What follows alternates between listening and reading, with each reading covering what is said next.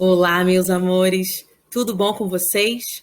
Hoje nós vamos continuar falando sobre relatos de memória. Mas antes de entrarmos na nossa aula, eu quero dizer que eu amei ouvir os relatos de memória de cada um de vocês. Eu fiquei bastante emocionada com cada palavra, com cada relato, de um passado mais distante, de um passado menos distante. Eu gostei muito porque vocês se empenharam na escrita e é assim que nós vamos construir o nosso projeto. Mas vamos falar sobre o gênero relato de memória? Nós falamos já na outra aula o que era a memória, o que nós podíamos relatar, mas vamos lembrar quais as características principais desse gênero? O que é que eu não posso deixar de colocar num relato de memória? Bom, o relato de memória precisa ter o que aconteceu, quando aconteceu, onde ocorreu, quem participou daquele fato que eu estou contando e como eu me senti quando tudo aquilo aconteceu. Como eu me senti quando todo aquele fato terminou. E como eu estou me sentindo agora, que estou escrevendo e compartilhando, externando essas minhas memórias. Isso também pode entrar no seu relato. Se observarmos bem, o relato de memória possui os mesmos elementos que as histórias narrativas que nós estamos acostumados a ler nos nossos livros da Ciranda da Leitura, por exemplo.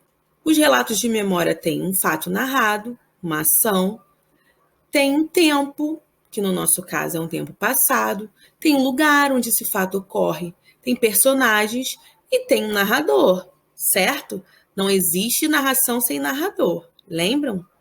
Mas nós só podemos relatar algo que aconteceu conosco, particularmente, em que nós somos a personagem principal, ou podemos relatar algo que aconteceu com outra pessoa que conhecemos, com alguém da família, relatar algo que observamos, relatar algo que ouvimos, uma história que alguém nos contou. Para tirar essa dúvida, eu trouxe o exemplo do livro do Dr. Drauzio Varela, Nas Ruas do Brás, a respeito de suas memórias no bairro do Brás. O Brás é um bairro de São Paulo que recebeu muitos imigrantes há anos atrás. E o Dr. Drauzio Varela é neto de um imigrante espanhol. O Dr. Drauzio é muito conhecido porque ele aparece muito na televisão, nas rádios, ele trabalha com questões humanitárias, mas, além disso, ele é escritor e dedicou um de seus livros, Nas Ruas do Brás, ao público infantil, onde ele conta as suas memórias, as memórias da sua família, coisas que ele observou e coisas que ele ficou sabendo através dos relatos dos seus familiares. Vamos ler um trechinho de um relato?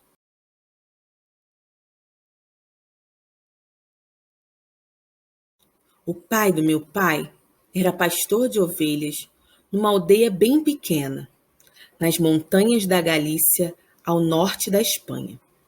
Antes de o dia clarear, ele abria o estábulo e saía com as ovelhas para o campo, junto seu amigo inseparável, um cachorrinho ensinado.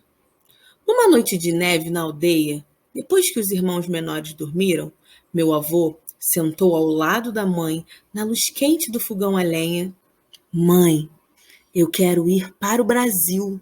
Quero ser homem de respeito, trabalhar e mandar dinheiro para a senhora criar os irmãos. Ela fez o que pôde para convencê-lo a ficar. Pediu que esperasse um pouco mais. Era ainda um menino, mas ele estava determinado. Não vou pastorear ovelhas até morrer como fez o pai. Mais tarde, como em outras noites de frio, a mãe foi pôr uma garrafa de água quente entre as cobertas para esquentar a cama dele. 12 anos, meu filho, quase um homem. Você tem razão. A Espanha pouco pode nos dar. Vá ao Brasil, terra nova, cheia de oportunidades, e trabalhe duro. Siga o exemplo do seu pai. Meu avô viu os olhos de sua mãe brilharem como líquido desde a morte do marido Era a primeira vez que ela chorava diante de um filho. Aqui nós vemos que o Dr. Drauzio está narrando um fato que não aconteceu com ele e ele também não observou. É um relato sobre um momento importantíssimo e decisivo na sua família. O seu avô, como ele diz aqui no início, o pai de meu pai, o seu avô, com 12 anos de idade, decidiu largar a Espanha e vir para o Brasil, que naquela época era uma terra nova, cheia de oportunidades, cheia de portas abertas para quem quisesse trabalhar e se esforçar. Mas vamos analisar exatamente esse relato? Qual é o fato que ele está narrando? Ele está narrando uma conversa entre o seu avô e a sua bisavó. Quando esse fato ocorreu? Num passado muito distante.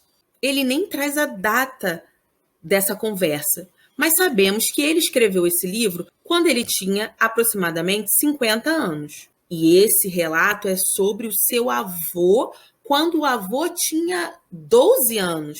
Então, isso deve ter bastante tempo. Onde ocorreu essa conversa? Na Galícia, ao norte da Espanha.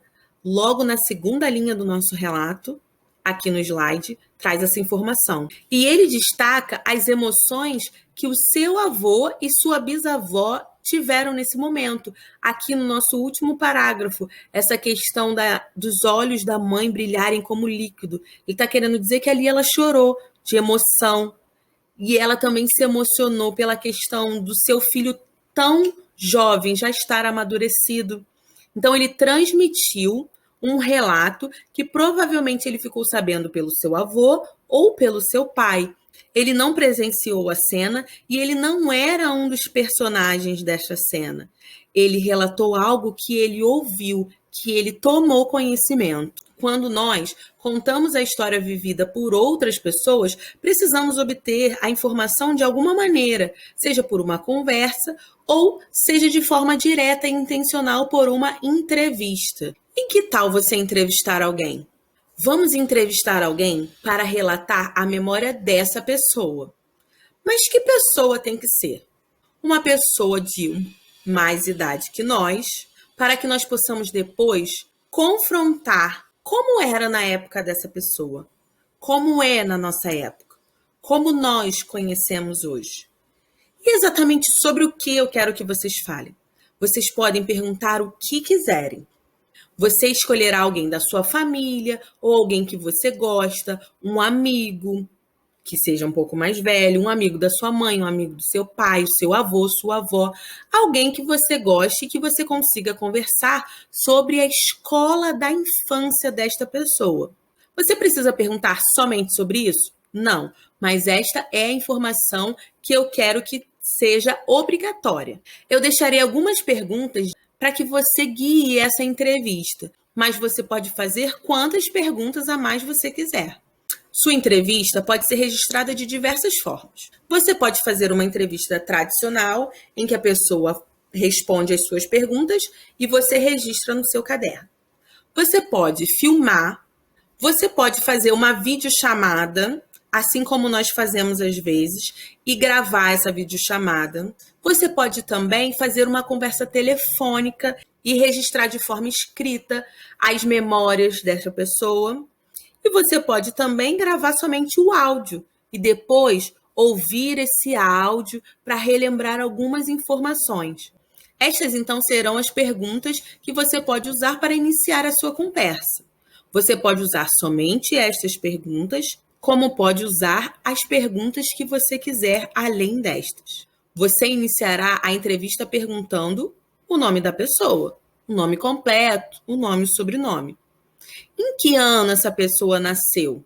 Seria interessante você registrar também quantos anos ela tem hoje, apesar de que, se fizermos as contas, vamos chegar a esse resultado. Mas é interessante você perguntar em que ano você nasceu. Isso quer dizer que você tem quantos anos hoje? E aí você registra. Onde essa pessoa passou a infância? Onde você passou a infância? E aí você vai entrar no assunto central da sua entrevista. O que você se lembra da escola? O que essa pessoa que você está entrevistando lembra da sua época de escola? Se for uma pessoa não tão idosa, se for uma pessoa jovem, 20, 25 anos, ou até um adolescente, peça para que ele tente puxar na memória a época da escola na infância, com 6, 7 anos de idade, talvez. O que essa pessoa lembra dessa época de escola? O que ela mais gostava da escola? Será que ela sente falta de algo desta época? O que seria?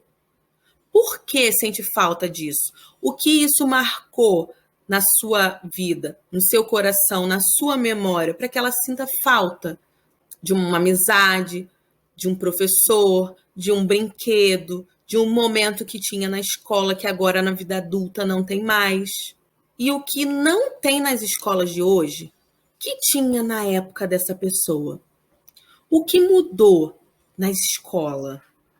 O que essa pessoa pode dizer que mudou na escola? Na organização da escola, talvez nos conteúdos, ou até na estrutura da escola mesmo.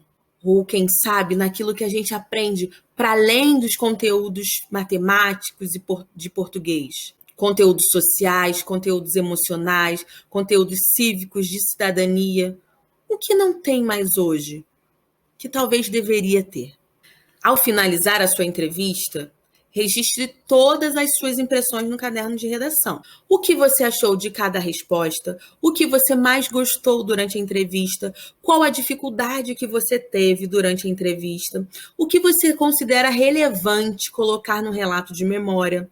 O que chamou mais a sua atenção das impressões do entrevistado? Você é o repórter, você é o entrevistador. Não se esqueça disso.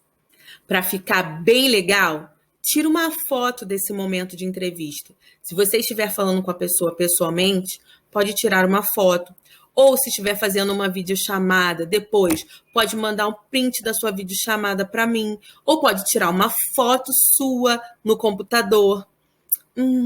Se estiver fazendo por ligação telefônica, tira uma foto. Pede para a pessoa tirar uma foto também. Da hora que estava falando com você no telefone, da hora que estava fazendo a chamada de vídeo com você. E envia tudo para mim. Vamos fazer um mural super legal das nossas entrevistas. Combinado? E se quiser se vestir de entrevistador, eu também vou achar ótimo. Imagine que você é um entrevistador de um jornal muito famoso e internacional. Quem sabe num programa estilo Jô Soares de perguntas e respostas. Uma boa entrevista a todos vocês e eu espero que se divirtam. É isso que é o mais importante, que vocês possam conhecer a memória do outro e se divertir enquanto aprendem. Não esquece que na nossa próxima aula ao vivo eu vou querer saber o que vocês acharam de mais difícil ao entrevistar, o que foi mais desafiador, e nós vamos continuar conversando sobre os nossos relatos de memória e sobre o nosso projeto da quarentena. Combinado? Um beijo para vocês e até o nosso próximo encontro.